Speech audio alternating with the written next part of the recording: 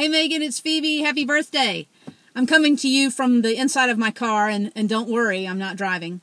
I just wanted this to have a visual representation of me being in the driver's seat on this video. You're always the one making the videos, I'm always the one watching, but today the roles are reversed. So here we go. Hang on. So I was thinking about the first time that I met you, and it wasn't that long ago. Just last year, it was when we were all in New York, and we were at that fabulous restaurant, Lady Gaga's parents' restaurant, and Chef Art Smith was making our dinner, and I was sitting there with our mutual friend Brittany, and this woman down the table from me caught my eye because she had everybody hanging on her every word, and I leaned over to Brittany and I said, who is that? Do we know her? And she said, yes, that's Megan Castran. And I said, well, you know, the name sort of sounds familiar, but I really don't know who that is. And she said, well, of course you know exactly who it is. That's the woman that had Oprah to her house on taco night. And of course, I did know exactly who you were in that moment. So that's how I started out knowing who you were. It wasn't how I started knowing you. It was just who you were. But I chatted with you a little bit that night. We chatted some over that time in New York. And then it wasn't long after that at all that we started chatting on Facebook, tweeting with each other, and starting having really great conversations. But you know, that's how we met. Everybody has to meet for the first time, and that was our experience. And I have just learned so much about the world through your eyes since then. I tell people all the time, you know, I said, my friend Megan, she lives in Australia, she has a fabulous life, and she goes all these places, and lives the luxury life and takes everybody along with her. Because you take the camera with you, we get to go and experience the world first class. We get to go places that we would never get to go, that we probably never will go in our lives, to be honest. I know that I will not go many of those places. And if I went, I would have the 10-cent tour. But because you take your camera along and because you record these fabulous videos, we all get to experience a little bit of the world. And you don't do it in a show-offy way. It's not bragging by any means. It's just, this is my life. This is what I'm doing today. Come along and do it with me. And I think that is the coolest thing. I've been to some fabulous beaches. I've been on some great airliners. I've seen some fantastic hotel rooms and bungalows and everything. And it's all because you just take us along with you. And how much fun is that? We get to experience the world through Megan Castran's eyes. And the world's pretty nice. So thank you. So I was thinking about this love-hate relationship that I had with you in the beginning. Of course I loved you. How could I not? You're so much fun. But I hated you at the same time, and you know exactly what I'm talking about. Because it was in that first meeting in New York when you pulled out your camera near the end of the night. We'd had this great night. You had to go and ruin it. And you pulled out the camera and you spun around and you made everybody promise that they would spend 30 minutes doing something, or they would do a mile every day. And there it was, right there on camera, is in my face, and I had to agree that I would walk a mile every day for a month, or at least a month. I don't know. That's what I agreed to, but I'm sure you wanted it forever. But so I agreed to it. I got home from my trip to New York, and I began what was my month of hell, because if something doesn't make me happy, I do not want to do it, and I certainly did not want to have to walk a mile every day. It sounds like so innocuous, anybody could do it, and that's how you sold it to me. But as you know, I hated every single minute of it. I would put it off and put it off, which meant many nights I found myself at midnight worrying about the bears as I made my way through the neighborhood. I walked in the rain. I walked when I didn't feel good.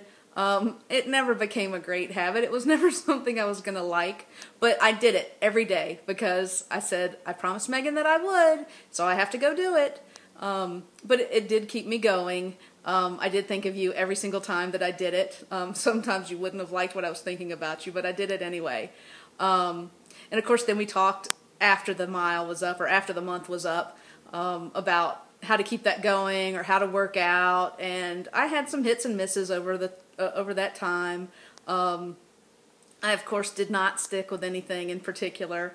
and it's certainly the goal to do that. And you're always putting these videos out that say, Phoebe, my friend in America, has committed to do these things with me, and sometimes I have, and sometimes I haven't, and I find myself then with the guilties that, well, she put it out there and everybody saw it, so now maybe I have to do it. So you're pretty sneaky about getting those things done. But at any rate, at least for a month, I was a happy, healthier, maybe not happy, I was a healthier person because of you. And so I certainly thank you for your efforts. I know that you did commit a lot of people to a life of exercise, and I thought it was certainly very touching when in your 8th month of doing a mile every month, a mile every day, that you injured your leg and couldn't do it. And I know it must have meant the world to you to have all these people start doing a mile for Megan. I enjoyed seeing that people were doing something really special for you, and I know it must have just meant the world to you. So that's the kind of impact that you have, Megan. I'm sure you know that, but I'm sure that it really came home to you in those moments when people would post their videos of their mile that they had run or walked or whatever in your honor, and you certainly deserved it.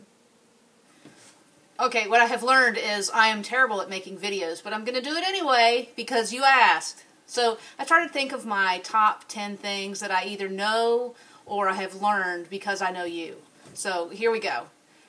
Number 10, I have learned that you can wear every color of the rainbow all at the same time, and you can look fabulous while doing it. Because you do it in every photo and every video, and I've never seen so much color in my life, and it's one of the many things that I adore about you, is your ability to pull all of that off. Let's see, number 9. I have learned, and I'm failing at miserably, that the key to a great video is the best lighting. And I've learned that you have the best lighting because you carry it with you in a box. The sun in the box is the funniest thing I have ever seen. When we were in New York, that cracked me up to see you pulling out that sun, and of course everybody looked great because of it. Number 8, a funny thing that I've learned is even though 9 out of the 10 most dangerous anything live in Australia, that people in Australia do not have to stay indoors all day, nor do they have to go out only wearing a spacesuit to be protected. I always wondered about that, and you were kind enough to set me straight. So now I know that there is nothing to fear but fear itself. This is something, number 7. This is something that is new to my life. I find myself using this word, seeing this word much more than I ever imagined, and that is the word fluoro. And I actually agonize over whether it's fluoro, how you pronounce it, but F-L-U-O-R-O is how you spell that word that I see on a near daily basis because you are in my life. Number 6, I've learned that doing it in a dress is not something that should make me blush, but it's actually something to be really proud of, and I admire your efforts in the organization for Do It in a Dress and all the money that you and your friends have raised to send girls to school in a school uniform.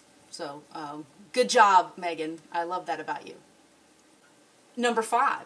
I've learned that Oprah Winfrey makes one hell of a party guest, and that she brings her own tequila to taco night. So, I always imagined that she'd be fun at a party, but now I know for sure. Number 4. At any given time of the day or night, I know exactly what time it is in Melbourne, Australia. I never knew that before. Never had any reason to know it. But now I know, and I know whether you're awake or asleep, and when would be a good time to try and find you on Facebook. I absolutely love that when I'm going to bed at night, the last thing I can do is check in with you just as you're starting the day, and vice versa. I love waking up in the morning and being able to tell you goodnight online and chat with you all the times in between. But it's great that that's how our days work out. Number 3, I've learned that Paul Castran at Castran Gilbert Real Estate is the man to call for commercial real estate in Australia. Number 2, I've learned that you can form a real and genuine and lasting friendship with someone all the way around the world, whether you're with them on a daily basis or not, because that's what I have done with you. You have become one of my very dear friends. I speak of you all the time. I hope you know that. I enjoy catching up with you and knowing what's going on with you. And I didn't know that before, that you could have such a good friendship with someone across the globe. So I thank you for that. One thing I've especially learned from you is that you should always dream big, that nothing is impossible. It may seem just unfathomable, never could happen, and yet it certainly can. And I've also learned that you shouldn't worry about what anybody else thinks. You've said many times that when you started out in this YouTube business that people made fun of you and they didn't understand you. And I'm so glad that you never gave up, that you didn't listen to all those people, and that you continue to do what you do, because you shine a bright light out into the world. And there's so many people who have a great day because they've watched one of your videos or you've said something positive. And if you'd given up early, we would not have the benefit of that. So again, happy birthday. I hope it's fantastic. I'm enjoying being part of it, and I know everybody else is too.